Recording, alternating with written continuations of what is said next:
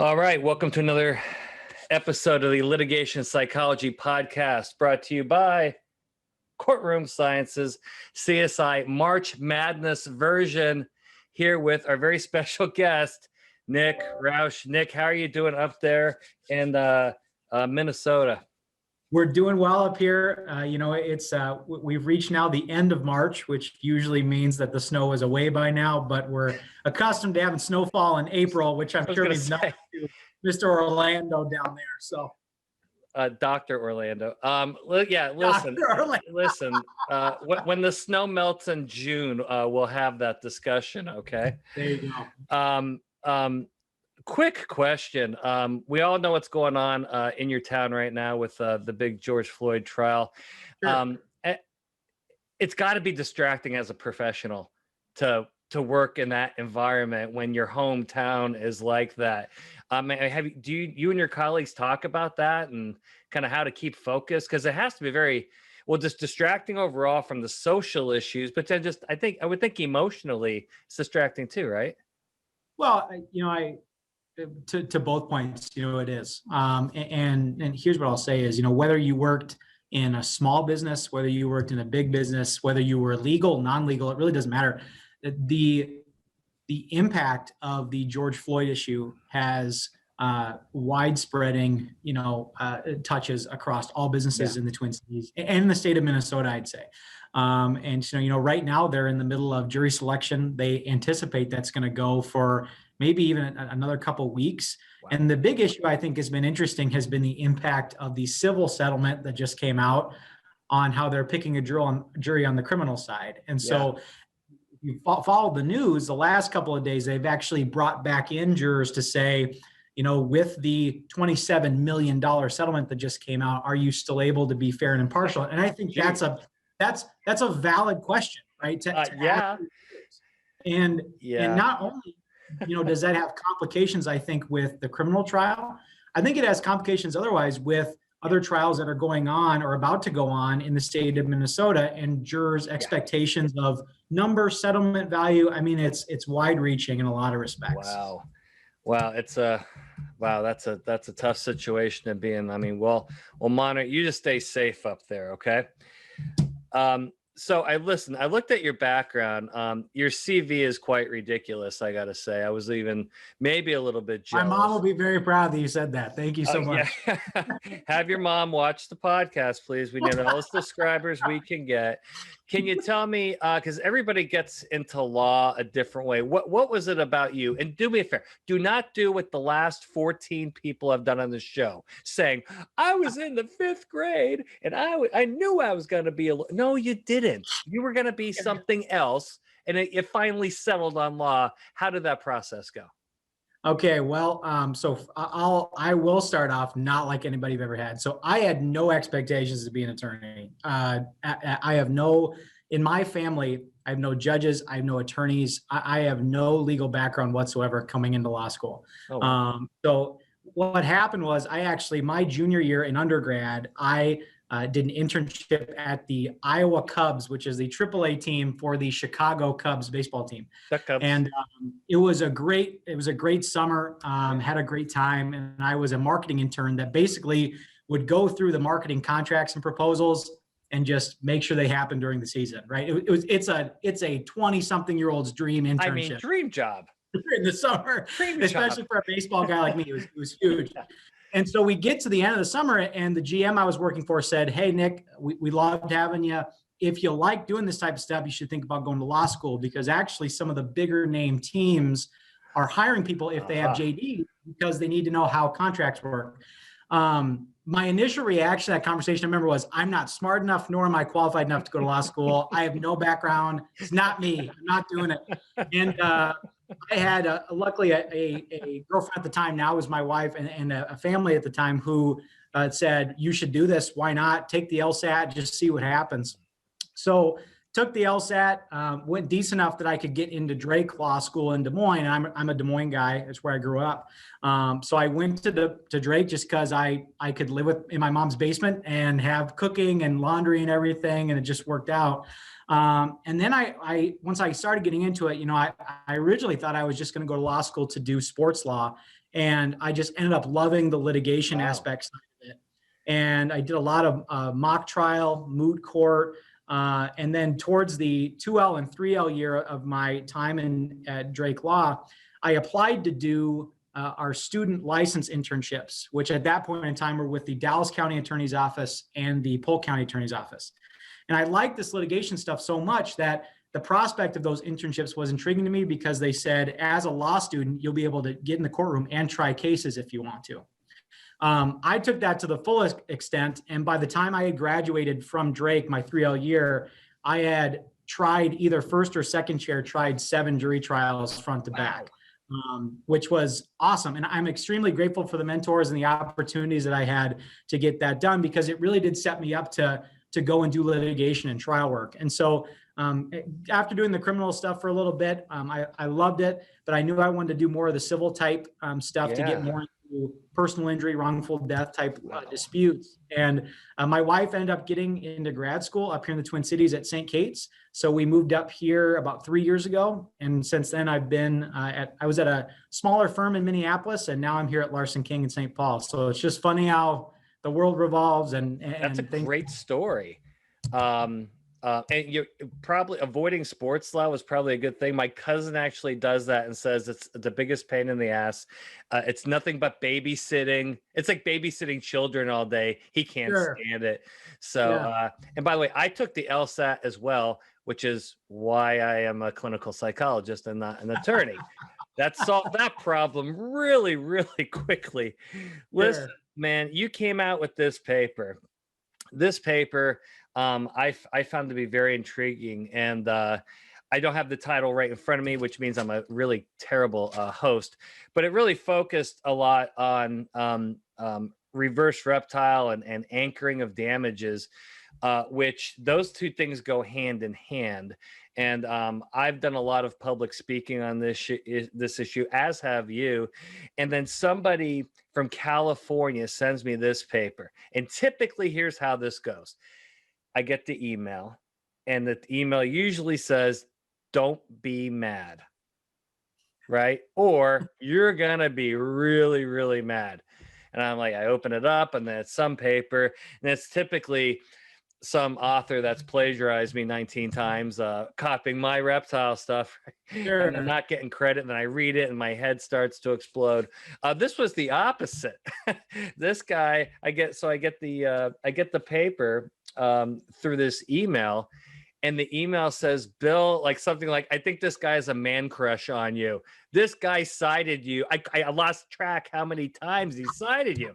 You need to send this paper around, Bill. He actually cited you so many times. So number one, thank you, Nick, I really appreciate that.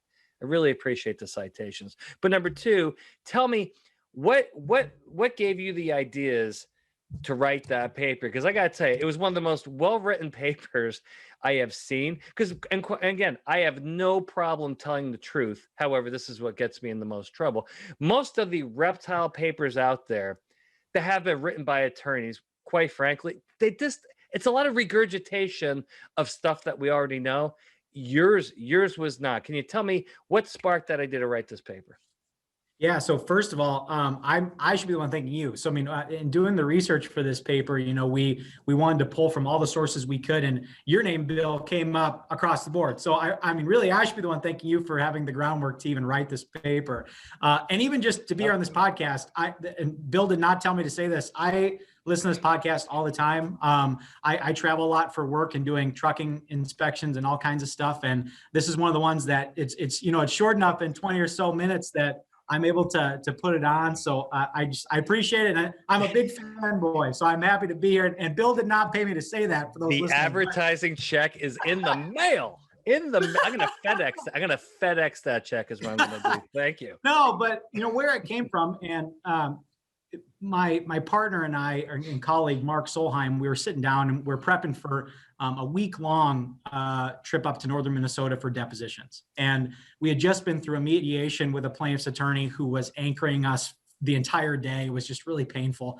And then we had sat through another week about 3 months prior with Reptile questions across the board. And so I remember distinctly, we're sitting in this conference room prepping for these depositions, and we finally just said, it's 5 o'clock, the sun's starting to go down, it was wintertime.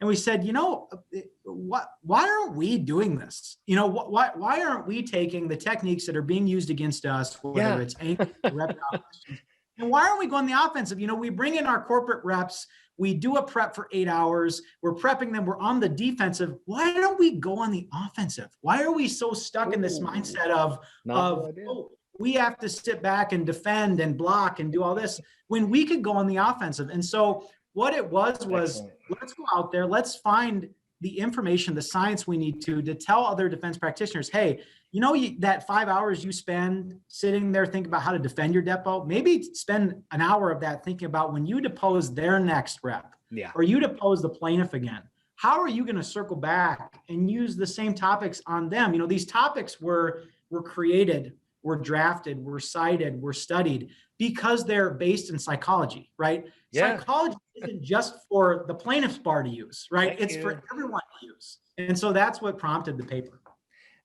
Outstanding. Well, again, I love the paper. It's funny.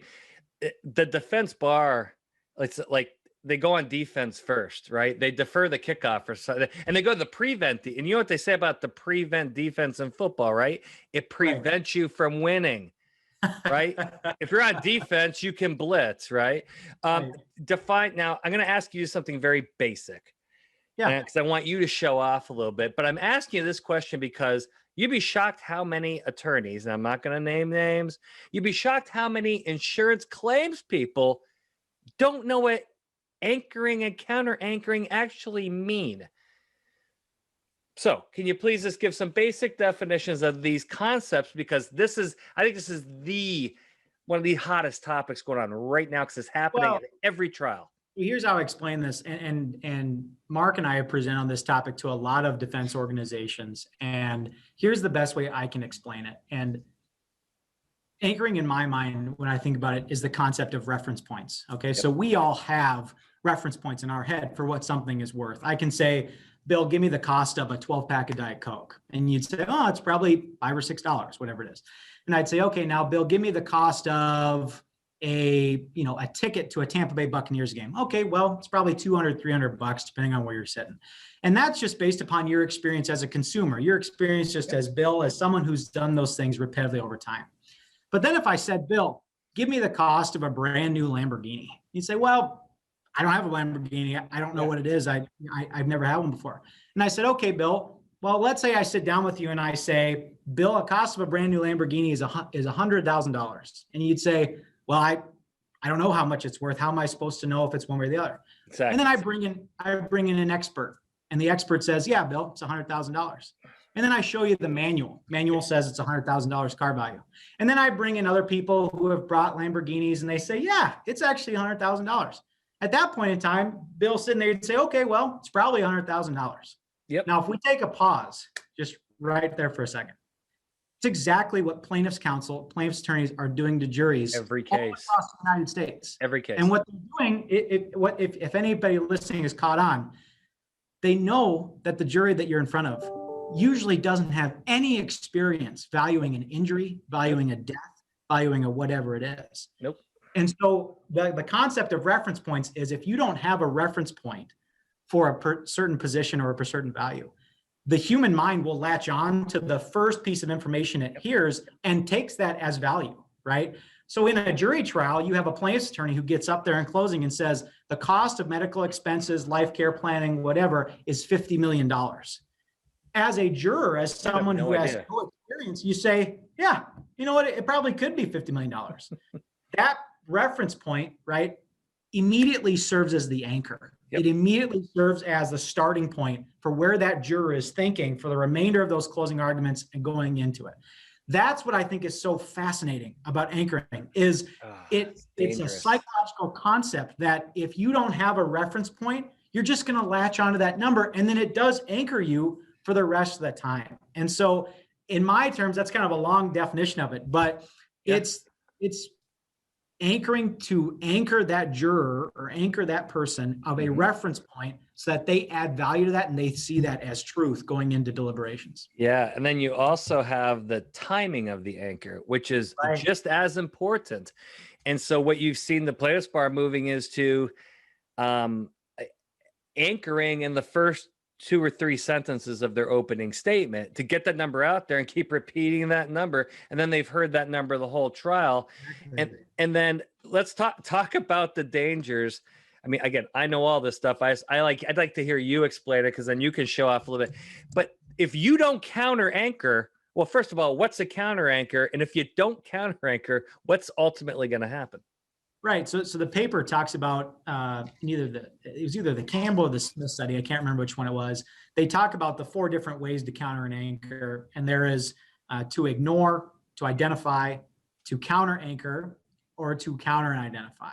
And all of them, if you just take the word by itself, you'll understand what it means. Yeah. But to counter essentially is to give the jurors another reasonable number or a reasonable reference point to the number that was already presented by plaintiff's counsel. And so, we get in this all the time. And actually, Mark and I got a question. We were presenting to a local bar organization for this. And we had a attorney ask, well, I've been trying cases my entire life. And I never bring up damages. I don't even talk about it. And we said, okay, and honestly, we don't have all the answers. Sure. And I'm not an expert. I don't intend to be. But I just think that if you don't counter, you're gambling that your liability argument is so good that it's going to take it away. But if it's not, just think about the position you're in. The only number that jury has heard for the last 10 minutes to 7 days has been that $50 million number. So how are they going to base it? How do they have another reference point? And so I think counter anchoring is something that can't be oversold, especially if it's a case where you think you have, the chances for any type of excessive liability. I think it's something you have to think about and have to be intentional about when you're drafting your closing statement and when you're drafting any of your submissions to the court. Yeah, it's funny how you mention how that discussion always starts. I've been trying cases for 30 years, and then they start going on why they don't mention. It's a different jury pool. And I quite frankly think anchoring works with Gen X, Gen Y a lot better than it does with the boomers and the award generation. So it's a very powerful effect. They're using it early. I've advised all my clients. In fact, I'm in, I can't tell you there's a trial going on right now in Iowa that I've been deeply involved with all week. Sure. So if you look it up, you're going to figure out which is one. And I told this attorney, I go, if he anchors damages in this opening statement, it better be the first thing out of your mouth in your opening. You better do it, because if you don't, you're going to be in big trouble, because they're just going to drop that number the whole trial. And then it's, again, once they have that number, wow. Because the danger here, which is a grave danger. Remember the movie Grave Danger? Is there any other kind? That was called A Few Good Men. Jack Nicholson, thank you very much. But it is a grave danger to just let that number go, because if you lose, then the jury goes, well, what should we award? Well, we only heard one number, which is terrible. And then the other thing that I see going on here is what I call double anchoring. I just invented that term, by the way, meaning it's like, okay, so my sister called me. She's like, well, I'm interviewing for this job. I go, well, how much? I don't know. She's like, I don't know how to interview very well or negotiate. I go, well, what do you want to make? She goes, well, I really want to make $100,000. I go, ask for 200. If they cut it in half, they think they're sticking it to you, and you get exactly what you want. So what the plaintiff's bar is doing, I just had a mock trial. We did this, where the mock jury sits down. I kid you not. They sit down in deliberations, and the foreperson goes, can you believe the gall and just greediness of that plaintiff attorney? This guy wants $150 million. We're only going to give him 75. We're going to show him there's no way we're going to really stick it to this guy. while he's laughing to the bank. And I'm just like, Yeah. have you seen this? So I call it double anchoring, meaning not just anchor way above. So if it does get cut, you're right where you want to be anyway. That's something I'm seeing now. And it's also something I see the plaintiffs bar using in negotiations to threaten, to say, hey, listen, if you don't give me what I want right now before trial in this nuclear settlement, right, I'm going to ask for this at trial, and you don't want me to do that. And it puts the defense in a very, let's just say, difficult position, correct? Well, it puts it in a difficult position. And I think the other side of this too is to your tail point, which is, anchoring it certainly is something to consider for jury trials, obviously. And it's something that we think about all the time when we're prepping for a trial, but it's also something that can't be overstated in just your day-to-day, right? From when the claim comes in from your adjuster to when you are first communicating with plaintiff's counsel, to when you're exchanging communications, to when you go to mediation, presenting counterpoints and reference points and making sure you're being intentional with counter anchoring. You can do that all the way through litigation, and it's just about being more intentional with it. And I think that's sometimes overlooked with attorneys as we get into litigation. Absolutely. And by the way, I can prove this scientifically, but you know this as well. If you counter anchor, that does not mean you're admitting liability. It's just you have to do it the right way, right? And which I go, do it in voir dire. If you may not be able to give the number in voir dire, but at least drop the hint of, hey, I'm going to give you an alternative number because that's my job as an attorney. I don't even think you're going to get to anywhere near numbers, but if I do that, are you going to hold that against me? Because that's part of my job. And you tip them off that you're going to do it, and then you take out any type of liability stuff. I think if you save it till the end, when you look like you're defeated, well, yeah, it looks like you're admitting liability because you saved it to the end, and it looks like you're toast, right? Right. I mean, and I think you have to set the hook early, right? And so I think that's your point, is in opening statement and in jury selection, it has to be again, an intentional point of your prep and an intentional point of the language that you're using with the jury. So I think it's important for defense attorneys to learn how to reptile people. I really think it's important. And quite frankly, they don't do it very well. And the reason why is they're not going to reptile training programs and spending 10 grand a weekend to get this vigorous training. Now, I've written all these papers to teach them how to do it. You've just written a paper. There's a lot of resources out there that are completely free. But I think with anything else in life, whether it be sports, whether it be litigation, I think if you're a defense attorney, you need to read all these articles and start to practice how to do this. You have to learn how to do this. And if you struggle, I get phone calls all the time. Can you teach me? Like very quiet, like, shh, can you teach me how to reptile? I'm like, yes, of course I can. What's your case? Right. I'll reptile you. I'll reptile you right now. Just tell me what the case facts are. Right. Boom, boom, boom, boom, boom, and I can do it. And they're like, how the hell did you do that? I go, well, that's the last 11 years of studying this stuff scientifically and practicing it with witnesses. What would you recommend, particularly young attorneys like you, do to get up to speed?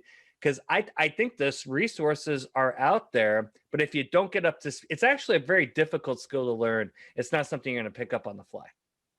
No, it's not. And it's also something that, to your point, it is a case-by-case basis. I mean, it's something that you have, the reptile questions you're going to ask in a trucking case are going to be different than the ones you're going to ask of, if you have a products case or a workplace accident case that you might have.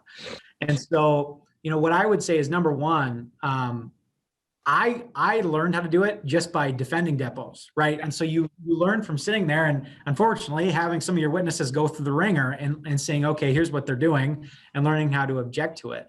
But what it is, at its very core is, and the plaintiff's bar has learned creative ways how to do this through the years, ever since the Ball and Keenan, book dropped.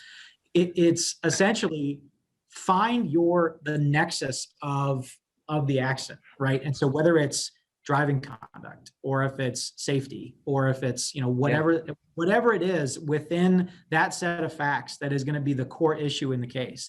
And it's a matter of breaking it down to a level of importance that we take just as members of the community and members as human beings. That's a very hard skill to learn how to do. I didn't learn it immediately. I had to read transcripts and sit through depositions to learn how to do it now. And I'm still not a master at it myself. But once you do that, it's just a matter of breaking it down so that you can build up with that witness the importance of that factor to the community and be able then to come back and cross-reference that importance with what happened in the case. It's a nuanced skill that I don't think enough defense practitioners put in their practice, and especially when they're prepping for party depositions, or even you can use them on fact witnesses or on other people as well. Yeah, when I did the reverse reptile seminar with attorney Paul Motes in Chicago, that was the most attended webinar they've ever had in DRI history. I think we need to do part 2 of that to really break this down. So I'm going to share with everybody right now. I wasn't planning on doing this, openly share this, but you can start. I reptile in the shower. I reptile when I'm driving, because all you have to, it's a 3-step process. You ready? Yep. You have to do it backwards, right? You start with the blame question. Yep. Okay. You start with the blame question. Now let's take a non-litigation thing, right? Parenting, right? Well, Bill, you're a terrible parent. If I say yes to that question, I've admitted guilt, right? But that's the last. That can't be the first question. That's not the system in the reptile, right? Now let's work backwards. All right. So from the end zone, let's work backwards to where this ball has to get kicked off from. The questions preceding that are factual questions. Well, you let your kids stay out too late, and bedtime's 9 o'clock, and you let them stay up till 10, right? And then first day of March Madness, you let them skip school like your mother did, right? Those are the factual questions that precede the blame question, right? And those are facts. I have to agree with those.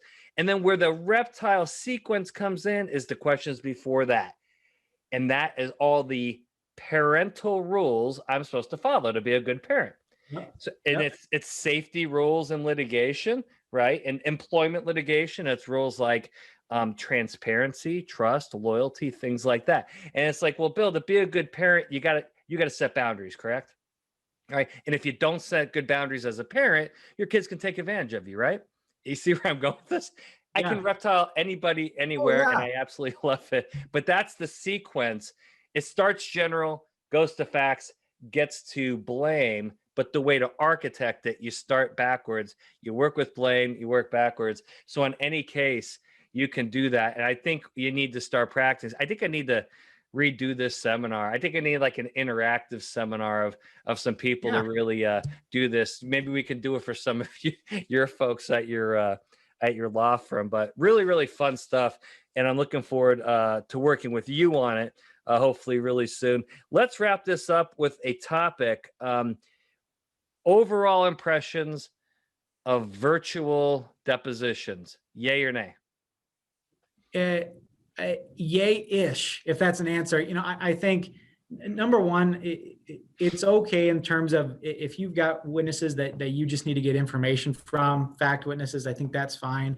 For party, depositions, sometimes it's good to be in the room to gauge how they make as a witness, how they interact with people, different nonverbal tics that they may have. But I think that the one struggle that we're still trying to get over with, is dealing with exhibits, anytime the technical issues, so those things are always going to come up. I think, I just this morning was sitting in on not depositions, but oral argument for the Court of Appeals that was done through Zoom. I mean, I think that the new norm, I think for the foreseeable future is going to be Zoom for both depositions and for court hearings. And I think, for its purpose, I think it does exactly what we need to, which is allow us to communicate, allow us to ask questions and have a dialogue. But I think long-term, I think we'll get back to some sense of normalcy with being in person once we figure out the whole vaccination and are people ready to go type deal. But I think at least in our firm, everybody has made that transition really nicely, and we all have Zoom technology that we're able to use. And so for the time being, I think it's good. I think it'll wear out in about maybe a year or so, and we'll get back to normal. But I think it does what we need it to do. And we've done multiple hundreds of Zoom depositions since the pandemic started. It keeps me out of Minnesota in February, I'll tell you that. You're welcome to come up. I don't know why, Bill, you're so hesitant to come up. I like to fish. I like to fish up there, but I like to come up in August. Ice fishing, it's fantastic. I've been ice fishing. I grew up in Pennsylvania. The problem, ice fishing leads to a different problem. You know what I'm talking about. I have a mentor who told me, ice fishing is really not about the fishing. It's not about the fishing. It's that cooler of what you're sitting on all day with your buddies, and before you know it, there's no longer anything going on about fish. All right. Okay, so here we're gonna post this. I'm pretty darn sure we're gonna post this podcast the week of the Final Four. So awesome. Okay, so now it starts tonight.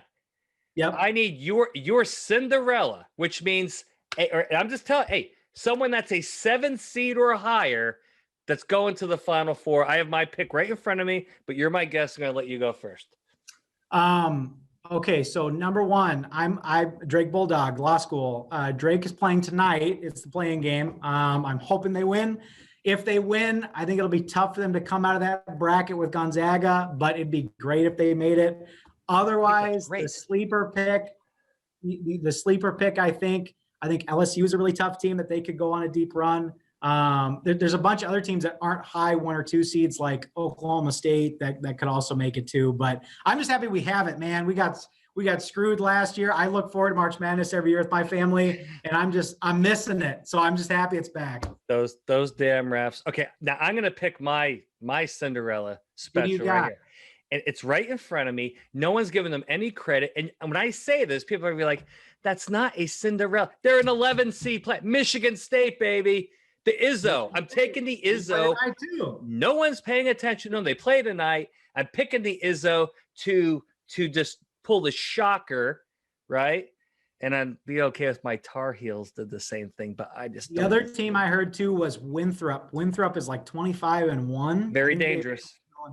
And I think they're like an 11 seed too. I think they're like something like that. So I mean, they could make a deep run as well. But the other 90% of my family are Iowa State Cyclones, and the Cyclones won a total of 2 basketball games this year. So we are not even close to being ready, but it's just fun. Like I said, you just can't wait for it. And I'm going to watch all games tonight and tomorrow, and it'll be a good time. It's going to be fun. I'm going to go to the Vegas odds to see how many teams are going to get booted because of COVID positive tests, which is actually going to be interesting. Nick Rauch, thank you so much for being on the podcast.